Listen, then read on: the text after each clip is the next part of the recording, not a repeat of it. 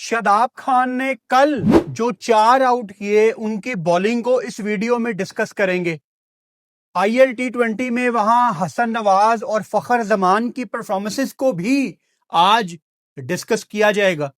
इसके अलावा पाकिस्तान की अंडर 19 टीम से रिलेटेड काफी कुछ है डिस्कस करने के लिए, जिसमें स्पेशली सूर्यवंशी ने जो पाँव का इशारा किया, सरफराज अहमद की स्टेटमेंट, पाकिस्तान क्रिकेट के लिए बहुत कुछ है इस वीडियो में। Pakistan cricket board specific domain में एक बंदा तलाश कर रहा है, आपकी टीम के अंदर उसको डालना चाह रहे हैं, वो भी आपको इसी वीडियो में बताऊंगा। तो बहुत कुछ है डिस्कस करने के लिए। सबसे पहले शादाब खान से शुरू करते हैं। शादाब खान ने कल जो बॉलिंग की, बहुत मजा आया। 4 आउट उन्होंने किए, ये इंपॉर्टेंट नहीं है, जिस तरह आउट किए ये इंपॉर्टेंट है। एक तो होता है ना कि बैटर हिट लगा रहा है, बाउंड्री पे कैच हो गया है, चलो ठीक है, वो भी आपकी विकेट है। लेकिन जब आप as a leg spinner googly करके डिसीव कर रहे हो, और वो भी एक नहीं, दो बार बार आप गुगलीज कर रहे हो, आप बॉल भी आगे कर रहे हो, जहां पे आप बैटर को प्रॉपर चैलेंज करो कि आ तू मुझे मार के दिखा, जो तेरा प्लान है उसके अगेंस्ट जाके मैं बॉल करूंगा और तुझे मेरी बॉल पल्ले भी नहीं पड़ेगी। तो एक चैलेंज हमें शादाब खान की बॉलिंग में कल नजर आया। मैं हमेशा कहता हूं कि शादाब खान का जो प्राइमरी रोल है वो सिर्फ लेग स्पिन है। जिस दिन शादाब खान नीचे से आके 30-40 रन कर देगा, वो सिर्फ हमारे लिए एक बोनस है। इस बात को अपने दिमाग में रखो। अब क्योंकि कल शादाब खान ने 4 आउट किए हैं, तो वो हमारे मखसूस तबके से ताल्लुक रखने वाले फैंस जाग जाते हैं ना कि ठीक है यार, इसको अब T20 वर्ल्ड कप में डालो। फिर ऑन द अदर साइड कल से सोशल मीडिया पे ये भी मैं आप लोगों के ही कमेंट पढ़ रहा हूं कि समीर मिन्हास को टीम में डालो। यानी एक मैच में आप परफॉर्म करो और सीधा पाकिस्तान टीम में आ जाओ, ये क्राइटेरिया बनाने की कोशिश आप लोग कर रहे हो। और जब तक मेरे जैसे लोग बैठे हुए हैं, हम ये नहीं होने देंगे कि एक आधे मैच में या थोड़ी सी परफॉर्मेंस पे आप सीधा पाकिस्तान टीम में आ जाओ। स्पेसिफिकली मैं पहले जरा शादाब खान को डिस्कस करूंगा। मेमोरी वीक है आप लोगों की, रील्स का जमाना है ना, भूल जाता है कि 5 मिनट पहले क्या हुआ था। तो आई कैन अंडरस्टैंड, मैं भी इसी जनरेशन से हूं, लेकिन क्रिकेट के मामले में मेरी मेमोरी थोड़ी सी अच्छी है। शादाब खान जब पाकिस्तान टीम से बाहर हुए थे तो उनकी जगह कौन आया था? यानी इस टाइम पाकिस्तान क्रिकेट टीम में शादाब खान की रिप्लेसमेंट कौन है? मोहम्मद नवाज। फिर ऑन द अदर साइड आपको फहीम अशरफ भी ऑन एंड ऑफ करके दिखा रहे हैं। आप स्पिन डिपार्टमेंट में आ जाओ तो अबरार भी आपकी टीम का हिस्सा है, सुफियान को भी हिस्सा होना चाहिए। उस्मान तारिक को पता नहीं ये लेके जाते हैं कि नहीं। फिर साइम अयूब भी स्पिन करा लेता है, आगा भी स्पिन करा लेता है। तो आपके पास इतनी ज्यादा ऑप्शंस मौजूद हैं कि शादाब खान की जगह ये 4 विकेटें लेने के बाद भी पाकिस्तान टीम में मुझे नहीं नजर आ रही।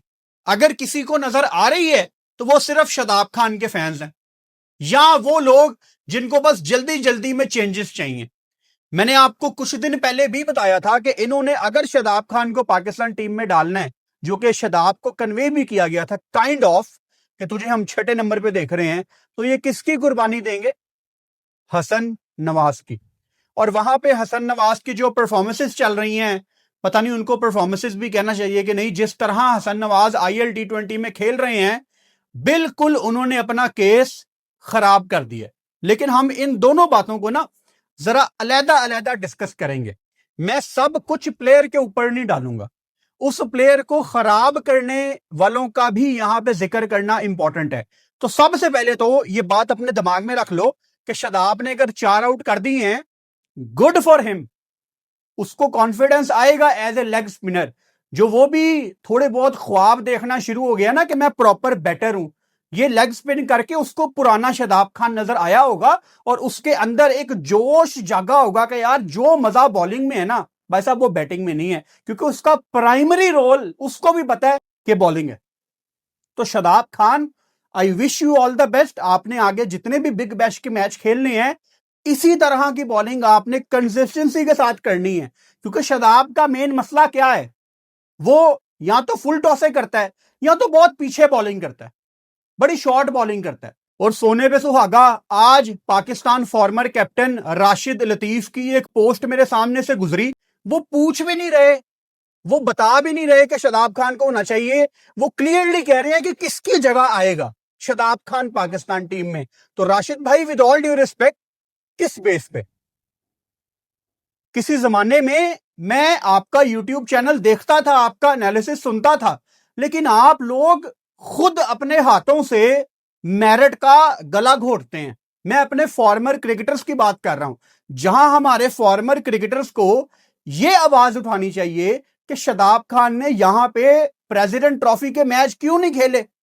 और मैंने आपको हफ्ता 10 दिन पहले प्रॉपर दिन निकाल के बताए थे कि वो एटलीस्ट 3 मैच यहां पे खेल सकता था शादाब खान गनी ग्लास की तरफ से, फिर भी उसने कोई 2.5-3 दिन पहले ऑस्ट्रेलिया पहुंच जाना था। लेकिन नहीं, international flight, business class, Australia, domestic यहां पे खेलना कौन चाहता है?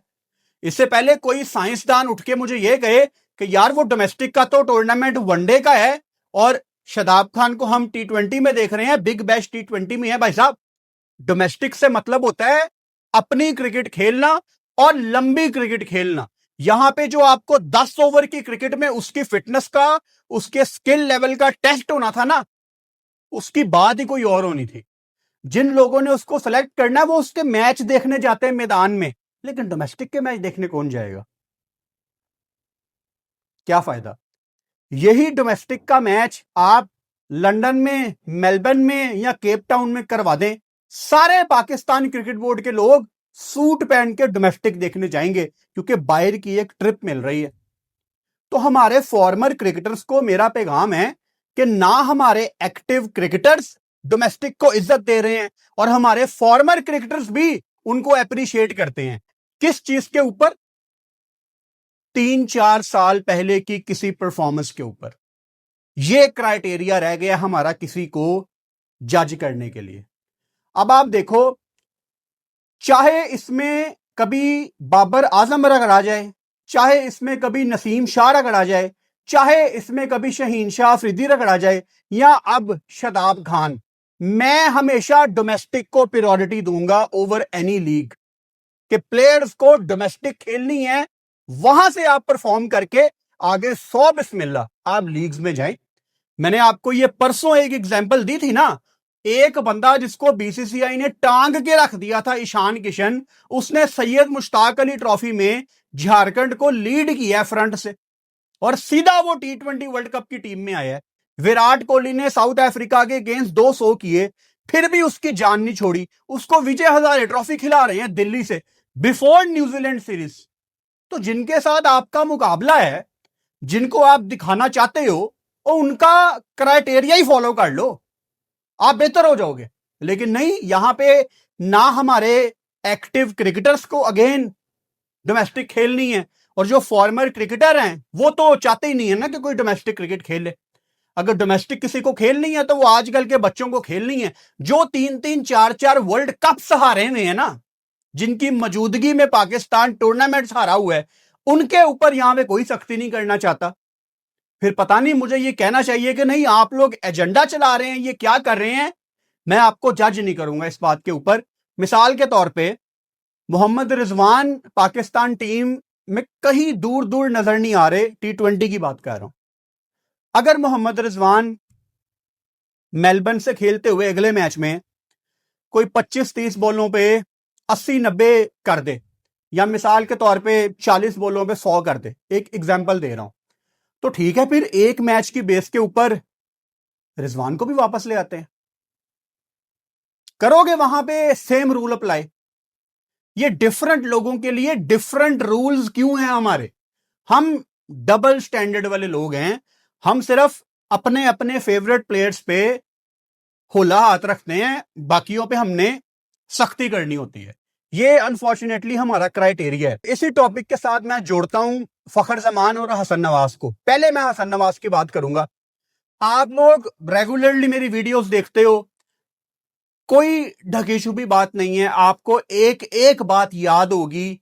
जब जब इन्होंने हसन नवाज के साथ ज्यादती की, उसको जनरेशनल टैलेंट कहते थे, उसका नंबर खराब किया, उसको वनडे में खिला दिया, उसने वहां भी चलो परफॉर्म कर दिया, फिर उसको बेंच कर दिया 3-4 फेलियर्स के बाद। इट्स ओके, कोई बात नहीं।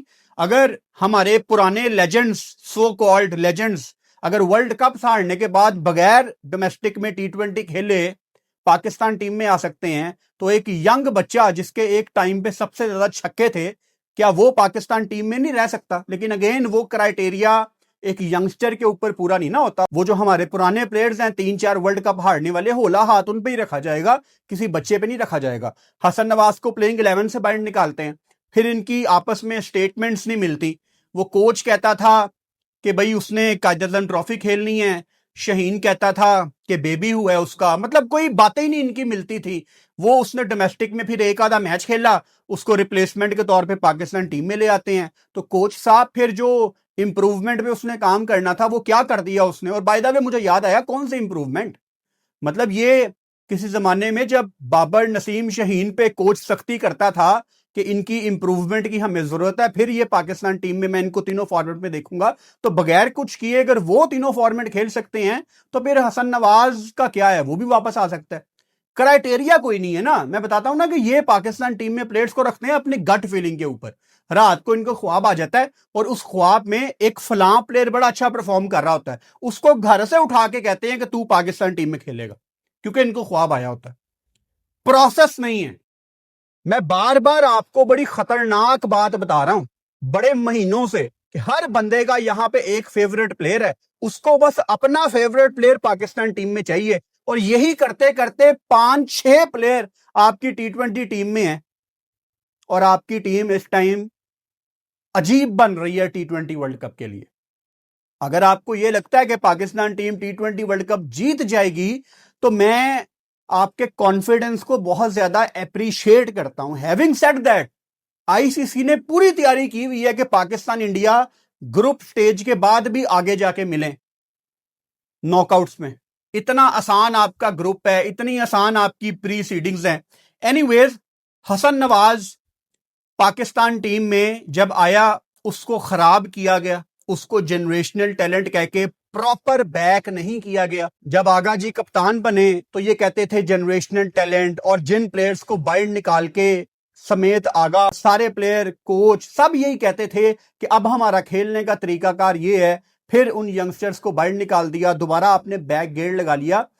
हसन नवाज अगर पाकिस्तान टीम में जिम्बाब्वे के अगेंस्ट नेशन सीरीज नहीं ना खेला, और आपके वो प्लेयर खेल गए जो 3-3 4-4 वर्ल्ड कप खेले हुए हैं, जिनके होते हुए आप एशिया कप हारे हो, तो भाई साहब आपको समझ जाना चाहिए कि आपकी क्रिकेट किस तरफ जा रही है।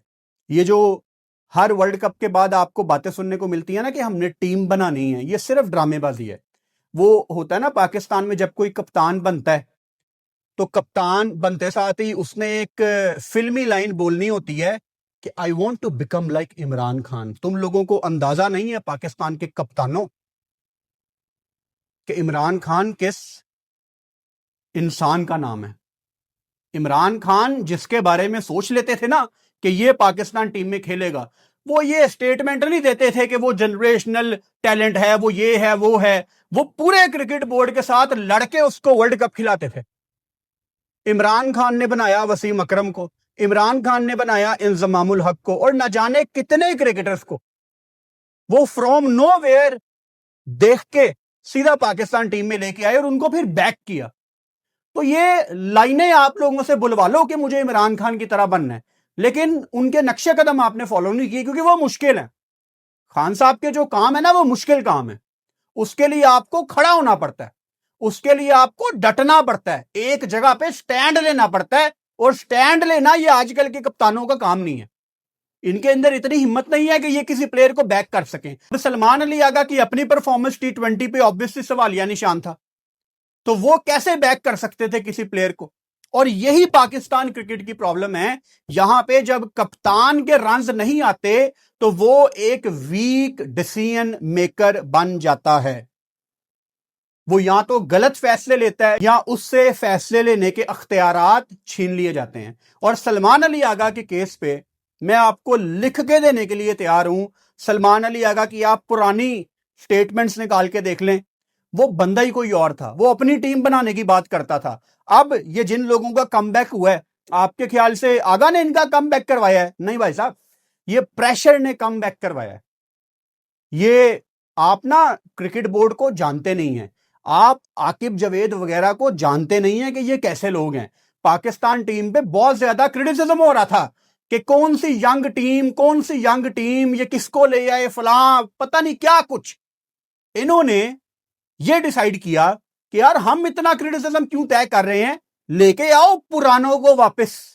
उनकी मौजूदगी में अगर बुरा रिजल्ट आएगा तो सारी बात हम पे नहीं आएगी। ये इतने जहरीले लोग हैं। ये देखो आपके पास अभी माशाल्लाह कैसा कैसा टैलेंट आ गया। आप मास सदाकत को देख लो, आप ये समीर को देख लो, आप ख्वाजा नाफे को देख लो, हैदर अली पहले से खेले हुए हैं पाकिस्तान में, आप उनको देख लो, आप मोहम्मद हारिस को देख लो, आप हसन नवाज को देख लो। मैं ओवरऑल हमारे उस टैलेंट की बात कर रहा हूं जिसके अंदर पोटेंशियल है, मॉडर्न क्रिकेट खेलने वाला, ज्यादा स्ट्राइक रेट को मैच करने की एबिलिटी इन सब के अंदर है। आंखों में आंखें डाल के खेलने वाले बैटर्स आपके पाकिस्तान के सिस्टम में मौजूद हैं। सिर्फ इनको टाइम आने पे आपने एक लंबा रन देना है, और वैसा रन नहीं जैसा आपने अभी ये पुरानों के वापस आने से पहले यंगस्टर्स को दिए। जिस टूर्नामेंट की तैयारी हो रही थी वो T20 वर्ल्ड कप था, और T20 वर्ल्ड कप से पहले प्रॉपर आपने बैक गेयर लगाया। फेलियर्स आते हैं, लेकिन फेलियर्स के बावजूद आपको लड़कों को बैक करना पड़ता है। इसी बात पे मैं दूसरा टॉपिक जोड़ता हूं। 2 दिन पहले मेरे सामने से खबर गुजरी कि पाकिस्तान क्रिकेट बोर्ड उस्मान खान के साथ कोई दूसरा विकेट कीपर ढूंढ रहा है। उसमें रुहेल नजीर का भी नाम था, उसमें गौरी का भी नाम था, उसमें हसीबुल्ला का भी नाम था, लेकिन एक बंदे का उसमें कहीं पे भी नाम नहीं था। वो थे मोहम्मद हारिस। अब मोहम्मद हारिस को एशिया कप के दौरान, एशिया कप से पहले मैंने बहुत ज्यादा बैक किया है, लेकिन उनकी गलतियों को भी मैंने हमेशा आइडेंटिफाई किया है। मिसाल के तौर पे जो वेस्ट इंडीज की सीरीज थी उसमें मुझे याद है, जो आपकी अमेरिका में सीरीज हुई थी ना T20, उसमें मोहम्मद हारिस ने एक सीधा बॉल छोड़ा, मतलब जो विकेट कीपर आंखें बंद करके बॉल पकड़ ले, एक मिसाल दे रहा हूं, इतनी सीधी बॉल छोड़ी। मैंने उस वीडियो में कोई 1.5-2 मिनट वो एक ड्रॉप के ऊपर बात की थी कि आप इतना सीधा बॉल कैसे छोड़ सकते हो। तो ये एग्जाम्पल देने का आपको मकसद ये है कि मैं वो बंदा नहीं हूं। आप में से कुछ लोगों को लगता है कि अगर मैं किसी को बैक कर रहा हूं तो मैं उसकी खामियां आपसे छुपाऊंगा। वो सिर्फ आपको लगता है। जो रेगुलरली पूरी वीडियो देखने वाले हैं उनको पता है कि हमसे यहां पे कोई नहीं बचा। हम ब्रेक डाउन करते हैं ऊपर से लेके नीचे तक, और दरमियान में जिसकी परफॉर्मेंस नहीं होती, विद ऑल ड्यू रिस्पेक्ट, वो रगड़ा जाता है। एनीवेज, मोहम्मद हारिस को आप बना रहे थे, आपने इन्वेस्ट किया, आपने सेंट्रल कॉन्ट्रैक्ट दिया, आपने पाकिस्तान टीम के साथ ट्रैवल करवाया, आपने उसको डिसीजन मेकिंग में शामिल किया। मतलब मैं आपको ये 100% कॉन्फिडेंस के साथ ये बात बता रहा हूं कि सलमान अली आगा के बाद अगर पाकिस्तान टीम में सबसे ज्यादा किसी के मशवरे चलते थे मैच के दौरान, वो मोहम्मद हारिस था। मतलब आपने उस लड़के को बहुत ज्यादा कॉन्फिडेंस दिया, एंड एशिया कप में उसने 2 क्रूशल मौकों पे आपको लेट डाउन किया। नंबर 1, जो इंडिया वाला मैच था फाइनल, स्पेशली उसकी बहुत ज्यादा तकलीफ है, बिल्कुल हम मानते हैं। नंबर 2, जो तिलक वर्मा का उसने रन आउट मिस किया, वो नहीं होना चाहिए था, उसकी माफी नहीं है। लेकिन अब इन दोनों बातों को अगर हम साइड पे रखें तो अब फ्यूचर में क्या करना है? इन 2 चीजों के ऊपर आपने उसको फर्क कर देना? नहीं, ऐसे नहीं होता। अगेन, मैं कोई कंपैरिजन नहीं कर रहा, लेकिन आपको एक छोटी सी एग्जांपल दूंगा, बल्कि 2 एग्जांपल्स दूंगा जो फौरन मेरे दिमाग में आती हैं। इंग्लैंड के ब्रॉड को 6 बॉलों पे 6 छक्के पड़ते हैं 2007 में। उसके बाद वो इंग्लैंड का इस जनरेशन का सबसे कामयाब बॉलर बन जाता है जेम्स एंडरसन के साथ। उसको ड्रॉप कर सकते थे वो पाकिस्तान में। कैन यू इमेजिन कि 6 बॉलों पे 6 छक्के पड़ जाएं किसी को इंटरनेशनल मैच में? उसको आप लोग कच्चा चबा जाओगे, सारी जिंदगी उसको ताने सुनने पड़ेंगे, जैसे आज राहत अली को ताने सुनने पड़ते हैं, जैसे आज हसन अली को ताने सुनने पड़ते हैं। आप लोगों का पता है ना मुझे अच्छा, उसके बाद बेन स्टोक्स को जो छक्के पड़े 2016 के T20 वर्ल्ड कप के फाइनल में, Carlos Brathwaite, remember the name, अगर इतने छक्के या इतने रन खा जाता पाकिस्तान का कोई क्रिकेटर आखिरी ओवर के फाइनल, वर्ल्ड कप के फाइनल में, तो भाई साहब आप लोगों ने उसको बख्शना था।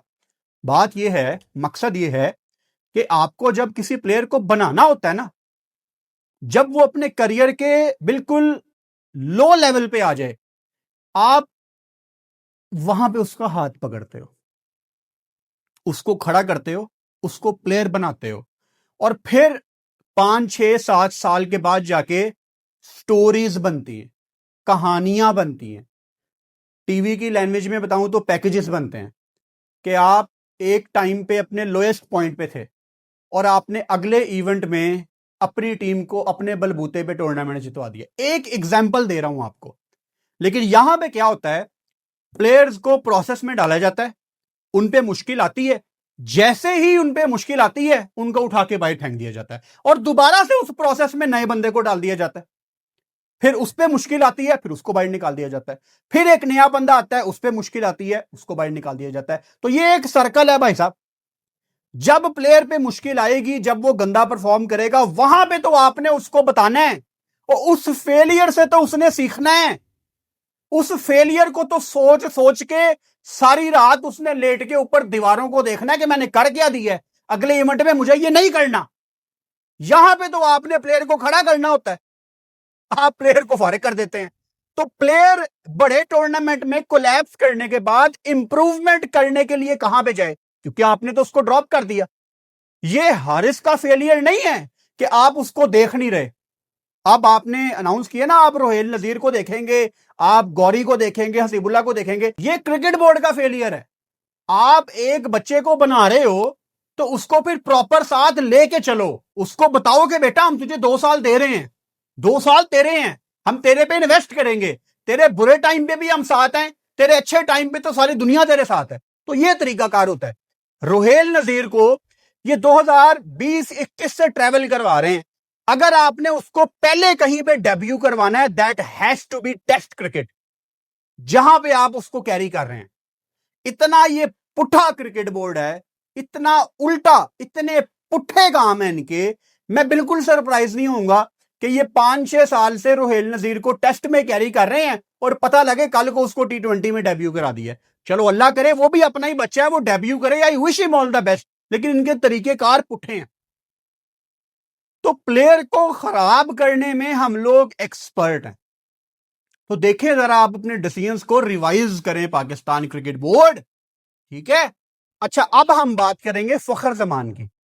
इंटरेस्टिंगली, जब मैं शहीन अफरीदी की बात करता हूं ना, मैं शहीन के मसले आइडेंटिफाई करता हूं, तो शहीन के फैंस ने उसके मसलों पे बात नहीं करनी, किसी दूसरे प्लेयर को सामने ले आएंगे, अच्छा उसका बताओ। मैं बाबर आजम पे क्रिटिसाइज करूं तो बाबर के मुकाबले में पहले कई साल तक इन्होंने कोहली को खड़ा किया हुआ था, आजकल सलमान अली आगा को खड़ा किया हुआ है कि आगा पे तो पहले बात कर लो। वो शदाब पे बात कर लूं तो उसके मुकाबले में कोई और क्रिकेटर आ जाता है। यानी वो प्लेयर्स जो 3 4 वर्ल्ड कप खेले हुए हैं, जब मैं उनको क्रिटिसाइज करता हूं तो उनके मुकाबले में कोई दूसरा प्लेयर लाके डड्डू फैंस मेरे सामने खड़ा कर देते हैं कि पहले उसके ऊपर बात करो, लेकिन हमारे फेवरेट प्लेयर को यहां पे कोई क्रिटिसाइज नहीं करेगा। अब बात मैंने की होगी शहीन की या बाबर की, उनकी बिग बैश के ऊपर, उसका लॉजिक के साथ जवाब देने की बजाय अच्छा फखर की तो बात करो, अच्छा हसन नवाज की तो बात करो, तो यार जो आपसे पूछा जाए पहले उसका जवाब तो दे दिया करो। अगर किसी को यह लगता है ना कि मैं फखर को बचाता हूं, हसन नवाज को बचाता हूं, तो आपकी गलत फहमी है। आप लोग रेगुलरली हमारी वीडियोस नहीं देखते। कोई नहीं बचता भाई साहब, यहां पे कोई मेरे चाचे का मुंडा नहीं गए थे। मैंने सिर्फ पाकिस्तान की बात की है, जो अच्छा खेलता है उसको अप्रिशिएट करता हूं, जिसके साथ ज्यादती होती है उसका नाम बताता हूं, जो गलत खेलता है, जो सेल्फिश खेलता है उसका नाम बताता हूं। कई लोगों को वो चीजें अच्छी लगती हैं, काफी लोगों को नहीं अच्छी लगती, बट हु केयर्स। अच्छा, फखर जमान का केस भी अब डिस्कस कर लेते हैं। पहले तो हम एक दफा थोड़ा सा अपने आप को याद करवा लेते हैं, हमने जो आखिरी बड़ा टूर्नामेंट खेला है वो एशिया कप था ना, 2025।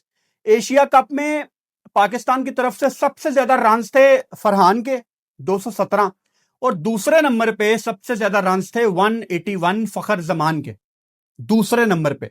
और मैं आपको यह भी याद करवा देता हूं कि फखर जमान का वो जो टूर्नामेंट था एशिया कप, उसमें अगेन, हालांकि मैं उससे पहले भी आपको लेके जा सकता हूं, लेकिन वो बात बड़ी लंबी हो जाएगी। तो जो सैंपल साइज में रखता हूं वो एशिया कप रखता हूं, लेकिन बात करते हुए आपको खुद ब खुद पुराने रेफरेंसेस भी याद आ जाएंगे। फखर जमान को ये एक नंबर पे सेटल नहीं होने देते। आप एशिया कप देख लो, कभी वो चौथे पे खेल रहा है, कभी वो तीसरे पे खेल रहा है। अच्छा, तीसरे पे वो 50 भी कर देता है, फिर उसकी जगह चेंज कर देते हैं। आप अपने प्लेयर्स को कहीं पे सेटल नहीं होने देते। जब वो गंदा परफॉर्म करते हैं, जब वो रिदम में नहीं रहते, तो फिर प्लेयर्स को हम क्रिटिसाइज करते हैं। तो बड़ा आसान है प्लेयर्स को क्रिटिसाइज करना, लेकिन यह समझना बड़ा मुश्किल है आप लोगों के लिए कि प्लेयर्स को यहां पे सेटल नहीं होने दिया जाता। हैविंग सेड दैट, फखर जमान की IL T20 अच्छी नहीं जा रही, अच्छी जानी चाहिए थी। मतलब जितना तजर्बा फखर जमान के पास इंटरनेशनल क्रिकेट का है, और स्पेसिफिकली जितनी ज्यादा क्रिकेट फखर जमान ने UAE में खेली है, ऐसा नहीं हो सकता फखर कि आप 5-5, 6-6, 7-7 मैच खेल जाओ और आपकी कोई एक आधी बड़ी इनिंग्स ना लगे। लगनी चाहिए, क्योंकि आपको सूट नहीं करता ये कि आप इतने बड़े प्लेयर हो पाकिस्तान के, और आप एक लीग में, वो भी जो दुबई में हो रही है, आपकी काइंड ऑफ अपनी कंडीशंस में, आप वहां डोमिनेट नहीं कर पा रहे। और देखो ना, IL T20 में एक ही टीम है जिसमें पाकिस्तानी प्लेयर्स हैं, बाकी सारे इंडियन ऑनर्स हैं। तो आप लोगों ने बाकी टीमों को भी इंस्पायर करना है कि यार आप हमें लोगे, हम पाकिस्तानीज आपको अच्छा परफॉर्म करके देंगे, ताकि बाकी टीमें भी ये बात करना शुरू करें यार कि हमें भी पाकिस्तानी टैलेंट चाहिए, पाकिस्तान से अच्छा टैलेंट आता है और वो T20 में डोमिनेट करता है। अब आप में से बड़े लोग सोचें कि फखर जमान क्यों है पाकिस्तान की T20 टीम में। मैं आपको हमेशा बताता हूं कि फखर जमान सिर्फ अपनी एक वजह से पाकिस्तान टीम में खेलता है, अपने इंपैक्ट के ऊपर। आप व्हाइट बॉल में माजी में देख लो, पाकिस्तान की तरफ से जितनी बड़ी नॉक्स हैं, आपको फखर जमान कहीं ना कहीं नजर आएगा। उसका जो माइंडसेट है, वो जिस तरह से गेम को लेके चलता है, और जिस तरह उसके अंदर एबिलिटी है कि वो अकेला खड़ा होके पूरा मैच ये साइड पे ले जाता है, ये पाकिस्तान की टीम में मुझे बाकी कोई दूसरा प्लेयर बता दो जो ऐसा है, जो डोमिनेट करके टांग पे टांग रख के चीट देता है ऑपोजिशन की। कोई नहीं है। तो इंपैक्ट वाले प्लेयर्स आपकी टीम में होने चाहिए।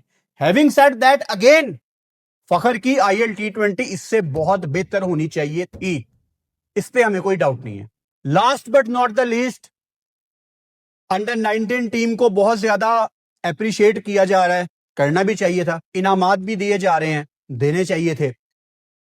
एक चीज ने हमें बहुत ज्यादा हर्ट किया, जो इंडियन ओपनर सूर्यवंशी ने पांव का इशारा किया अली रजा को, वो देख के बड़ी तकलीफ हुई कि जो हमारी पाकिस्तान इंडिया की लेगेसी है, ये किस जनरेशन के हाथों में आ गई है। और इंडिया में आई एम 100% श्योर लाखों नहीं, करोड़ों लोग ऐसे होंगे जिन्होंने इस चीज को डिस्करेज किया होगा कि ये नहीं होना चाहिए। देखो, बॉलर ने आउट किया ना, दुनिया में ऐसा होता है कि बॉलर आउट करके अपने सेलिब्रेशन करता है। अब उसने आपको आउट कर दी है, अब आपका टाइम खत्म, आप उसको सेलिब्रेट करने दो और बाइट चले जाओ। आप रुक के उसको पांव का इशारा कर रहे हो। पांव का इशारा मतलब मैं आपको सूर्यवंशी बचाने के लिए क्या कुछ कहूं और क्या ही कहूं। मतलब आपकी स्पोर्ट के लिए कोई क्या कुछ कह दे, जो इंडिया में अगर कोई इस जेस्चर के बाद सूर्यवंशी को सपोर्ट करना चाह रहा है, तो वो क्या कह के सपोर्ट करेगा। मतलब यही उसका मतलब है ना। अली रजा को वो यही कह रहा है ना कि तेरी औकात मेरे जूते जितनी है, कुछ ऐसा ही कह रहा है ना। इससे क्लोज तो कोई लाइन हमारे दिमाग में नहीं आ रही। और सुनने में आया है कि पाकिस्तान क्रिकेट बोर्ड इस जेस्चर की रिपोर्ट करेगा, तो होना चाहिए रिपोर्ट, आपको करना चाहिए मैच रेफरी को, कोई फाइन शाइन लगाओ इसको, और इन लड़कों को थोड़ी लगाम डालो कि जरा बंदे के पुत्र बन के खेलो। और ये एक सिलसिला है जो इंडियन गवर्नमेंट की तरफ से जारी है। वो अपने आप को बहुत फन्ने खां समझते हैं, और असल में वो इतने फन्ने खां नहीं है। वो अपने आप को, मैंने बताया ना कल परसों वाली वीडियो में, कि उनके अंदर एक गरूर है, और वो गरूर वो अपनी टीम में भी डालते हैं, जो कि स्पोर्ट्स में नहीं होना चाहिए। क्योंकि स्पोर्ट्स में आप हमेशा नहीं जीतोगे, आप हारोगे भी। और सरफराज अहमद ने दिल जीत लिए हम सब के। जब उन्होंने पाकिस्तान टीम जीतने लगी थी अंडर 19 एशिया कप, तो सरफराज डगआउट में बैठे बॉयज को बता रहे थे कि जाहिलों की तरह सेलिब्रेशन नहीं करनी। यही फर्क है आप में और हम में। ग्रेस ग्रेस होती है। हालांकि हमारा कप्तान प्रेजेंटेशन में बड़ा कुछ कह सकता था, लेकिन पाकिस्तान में ना लोगों के अंदर गलाजत नहीं है। पाकिस्तान में लोगों के दिल मैले नहीं है, हमारे दिल साफ हैं। ये जितनी नफरत आप लोगों के अंदर आती है ना, आप लोगों के यूट्यूबर्स, आप लोगों के जर्नलिस्ट, उतनी नफरत हम लोगों के अंदर नहीं है, नहीं है। हालांकि कितने ज्यादा टॉपिक्स ऐसे आते हैं जिसमें हम आपको इतना रगड़ सकते हैं कि आपकी सोच है। आपको छोटी सी एग्जांपल देता हूं। आपके कुछ फॉर्मर क्रिकेटर्स दुबई में पाकिस्तानी इन्फ्लुएंसर्स के इनविटेशन पे बार बार जा रहे हैं। हम इस पे आपको रगड़ा नहीं लगा सकते कि कहां है आपकी वो देशभक्ति। यहां पे लगा सकते हैं ना, बड़े मौके हमें यहां पे मिलते हैं, लेकिन हम उसको यहां पे कंटेंट समझते नहीं है। पाकिस्तान में ना नफरत नहीं बिकती। ये एक मेजर डिफरेंस है पाकिस्तान और इंडिया की मार्केट में। आप कोई इंडियन यूट्यूबर को देख लें, उसने जब पाकिस्तान की बात करनी है ना, उसने या तो गाली निकालनी है या उसने पाकिस्तान को किसी गलत नाम से बुलाना है। तीसरी बात कोई नहीं है। मैं इनके एक यूट्यूबर का क्लिप इंस्टाग्राम पे मेरे सामने आया, अंडर 19 पे बात करते हुए वो भाई साहब कह रहे थे, अच्छा अभी भी हमारी ग्रेस देख लो, हम आपको भाई साहब कह रहे हैं। मतलब हम लोगों की परवरिश ही ऐसी है। पाकिस्तानियों की ब्रीड ही आप लोगों से अलग है। हम लोगों के अंदर गलाजत नहीं है। इज्जत करना, प्यार करना हमारी रग रग में है। एनीवेज, तो वो भाई साहब कह रहे थे कि पाकिस्तान से इंडिया मैच हार गई, किन बिकारियों से आप मैच हार गए। मतलब एक ऐसा बंदा जिसको लाखों की फॉलोइंग फॉलो करती है, उसके मुंह से ऐसे लफ्ज निकलना। फिर बांग्लादेश को ये लोग कंगलादेश कहते हैं। मतलब ये कौन लोग हैं यार। इनके इन्फ्लुएंसर देख लो, वो ये वर्ड यूज करते हैं। इनके क्रिकेटर्स देख लो, वो ये पांव वाला इशारा करते हैं। तो मेरी रिक्वेस्ट पाकिस्तान के तमाम कंटेंट क्रिएटर से है, जो भी लोग यूट्यूब पे काम करते हैं, आप लोगों ने इनकी तरह वो जो ये गंदे गंदे थंबनेल बनाते हैं ना, शक्लें बेगार के, एआई यूज करके फेसेस को रुला दिया और गाली गलोच करते हैं, आपने ये हरकतें नहीं करनी। जो जुबान ये लोग इस्तेमाल करते हैं, वो जुबान इस्तेमाल करके इनके ऑन द डे थोड़े से व्यूज आ जाएंगे, लेकिन आपने तहजीब के दायरे में रहते हुए हमेशा वीडियो बनानी है। हमेशा याद रखो कि इनमें और हम में एक फर्क है। इस लाइन को बरकरार रखो। ग्रेस हमारे अंदर है और हमेशा रहेगी इंशाल्लाह। चैनल को सब्सक्राइब कर लो और बेल आइकन लाजमी दबाओ ताकि आने वाली वीडियोस का नोटिफिकेशन आपको मिल सके। Good night.